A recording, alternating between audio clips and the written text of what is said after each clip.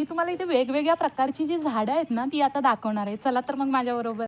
हे बघा, हे जे झाड आहे ना हे नॉर्मली लहान मुलं असतात तेव्हा त्यांच्या डोक्यावरती ठेवलं जाते. ह्याला आय थिंक हे एरंडेलचं झाड आहे असं मला वाटतं. एक नारळीचं झाड, त्याच्यानंतर हे रुईचं झाड आहे. हे तुम्हाला माहितीच असेल. हे बघा, जे झाड आहे ना हे रुईचं झाड आहे, कारण त्याने असं हे तुळशीचं झाड आहे. हे बघा, एक इम्पॉर्टंट झाड दाखवायला घेऊन चालले आणि त्याचा उपयोग खूप ठिकाणी होतो. तर चला, दिसते ना हे काटेरी, ह्याला खैराचं झाड बोलतात आणि ह्याचा उपयोग जो आहे ना, सुपारीमध्ये कात वापरलं जातं ना त्याच्यासाठी होतो आणि दुसरं म्हणजे कलरसाठी पण ह्याचा रसाचा वापर होतो. तर हे आता मी तुम्हाला अजून एक इम्पॉर्टंट झाड दाखवते आणि हे म्हणजे हे बघा, ह्याला आमच्या इथे आपट्याचं झाड बोलतात, म्हणजे सोन्याचं झाड.